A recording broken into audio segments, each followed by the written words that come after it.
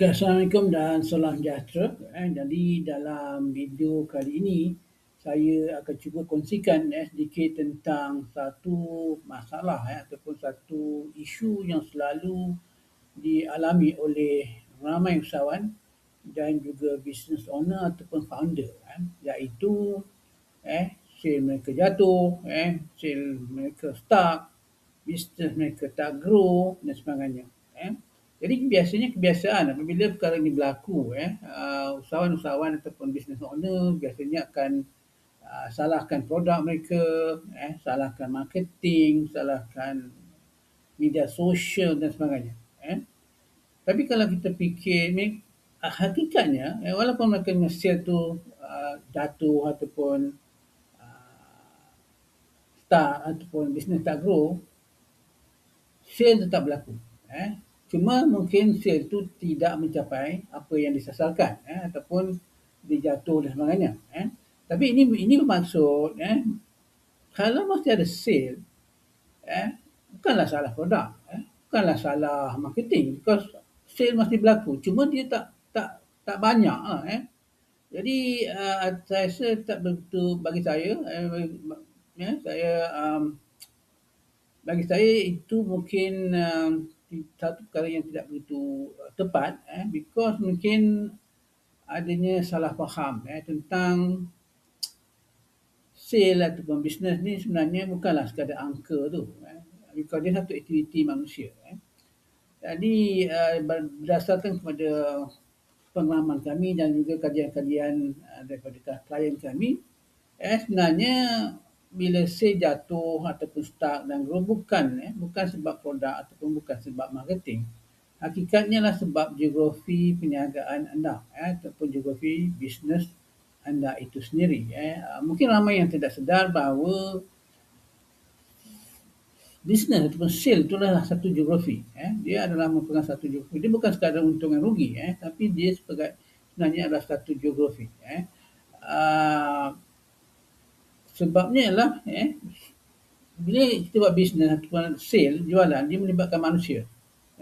Dan manusia ini ada tempat tinggal mereka. Ada tempat tinggal ataupun ada lokasi geografi mereka. Dan of course setiap lokasi ataupun setiap tempat itu dia unik. Unik dan keperluan mereka berbeza, kemampuan mereka berbeza. Komposisi kaum mereka berbeza, umur, semuanya berbeza. Jadi setiap tempat itu unik. Dia mungkin ada keperluan masing-masing. Tapi yang pentingnya ialah bagi kami, apabila kami ada klien-klien kami yang komplain tentang sale jatuh dan sebagainya, kami tak salahkan produk, kami tak salahkan marketing. Tapi langkah pertama yang kami lakukan adalah kami membuat geo-auditing. Kita audit bisnes mereka dengan kaedah geografi.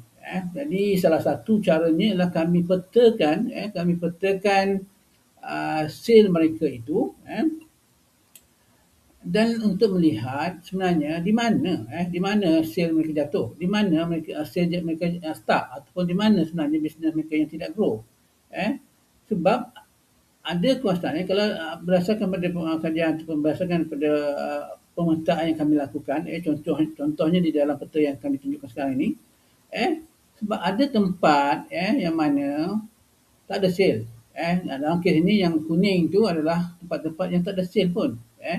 Dan yang hijau itu adalah kawasan-kawasan yang sale-nya meningkat ataupun melonjak. Ada sampai dalam kes ini klien kami baru-baru ini ada tempat yang mana sale beliau meningkat sehingga 200%.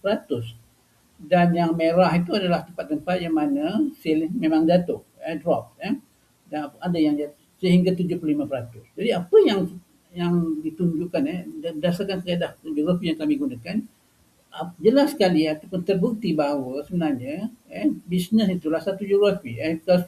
Walaupun sale beliau ni jatuh sehingga 30,000, ya of course 30,000 is satu Malaysia. Tapi bukan semua tempat 30,000. Ada mungkin 1,000, mungkin ada 2,000, ada yang 4,000. Jadi yang pentingnya ialah kita nak tahu di manakah bisnes mereka yang ada masalah ni. Bila kita tahu di mana, barulah kita boleh rangka pemasaran-pemasaran yang bersesuaian untuk masalah yang ada di situ. Jadi contohnya, kalau kawasan itu belum ada lagi klien ataupun tak ada lagi jualan, kaedah pemasarannya tak sama dengan kawasan yang ada masalah sale yang turun ataupun dengan kawasan yang sale yang tengah naik. No. Jadi bagi kawasan-kawasan yang belum lagi ada sale, langkah yang penting adalah untuk dapatkan sale ataupun dapatkan pelanggan. Dan ini satu proses yang bukan mudah. Perlukan awareness, perlukan nurturing dan sebagainya. Jadi prosesnya berbeza. Bagi tempat-tempat yang sale-nya memang telah meningkat, contohnya mungkin boleh teruskan dengan strategi-strategi pemasaran yang sedang digunakan. Manakala bagi kawasan-kawasan yang mengalami jualan yang jatuh ini, mungkin kita kena strategi yang berbeza. Mungkin contohnya strategi untuk aktifkan semula pelanggan-pelanggan yang sedia ada, galakkan mereka membeli lebih banyak produk contohnya. Jadi apa yang jelas, yang sebagusnya ialah jangan gunakan satu strategi pemasaran untuk semua tempat, ada semua lokasi ataupun seluruh mission ni. Yang sebagusnya apabila kita dah petakan masalah tadi, kita tahu mana tempat yang tersen, mana tempat yang ada masalah sen yang jatuh, dan mana masalah tempat-tempat yang sennya naik. Jadi dengan cara itu kita boleh merangka strategi pemasaran yang lebih tepat, yang lebih tepat. Especially kalau anda menggunakan iklan yang berbayar. Jadi dengan cara ini kita boleh buat geo-targeting ataupun menyasarkan iklan kita kepada tempat-tempat yang tertentu. Dalam kes ini kita dah tahu dah di mana kawasan-kawasan yang jatuh, sale jatuh. Jadi kita boleh fokus di situ. Mungkin tambah sedikit bajet. Jadi janganlah biasanya apa yang berlaku apabila sale jatuh, ramai mentor-mentor yang ataupun penasihat yang menyarankan supaya tingkatkan peruntukan untuk iklan. Itu tak semestinya, tak perlu. Sebenarnya kalau kita tahu exactly where are the problem, kita boleh fokus kepada ataupun kita boleh sasarkan iklan kita di tempat-tempat yang memang ada masalah. Sedangkan di tempat-tempat yang lain, kita mungkin boleh kurangkan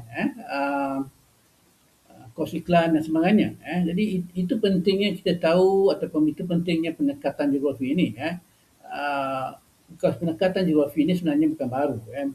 Memang dah berpuluh-puluh tahun orang dah guna, especially daripada dulu. Dulu perniagaan memang perlukan geografi sebab perlunya kontak bersemuka.